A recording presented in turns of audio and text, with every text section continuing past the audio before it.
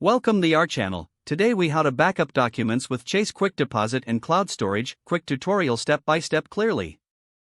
To backup documents using Chase QuickDeposit and cloud storage, start by gathering your documents. Ensure your documents are clear and legible for optimal scanning.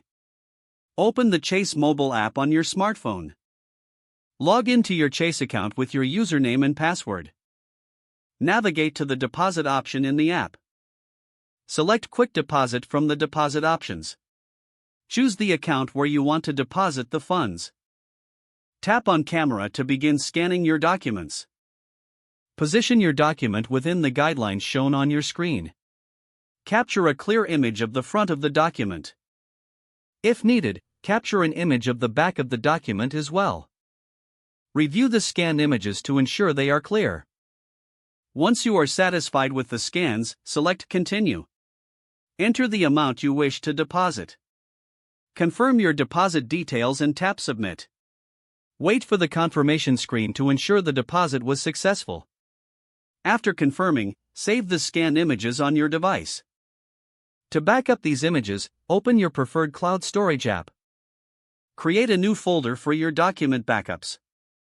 Upload the scanned images to this folder. Ensure the upload is complete before closing the app. Regularly check and update your cloud storage for additional backups.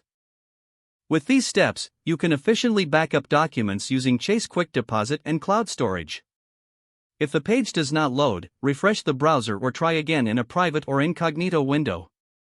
Make sure you are using the correct email address, then retype it carefully to avoid small typos.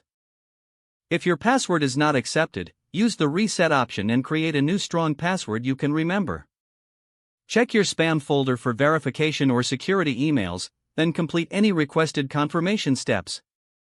Enable two-factor authentication if available to improve account security and reduce unauthorized access risk. After signing in, review your profile details so your contact information and settings are accurate and current. If you see an error message, note it down and try again after restarting your device and internet connection.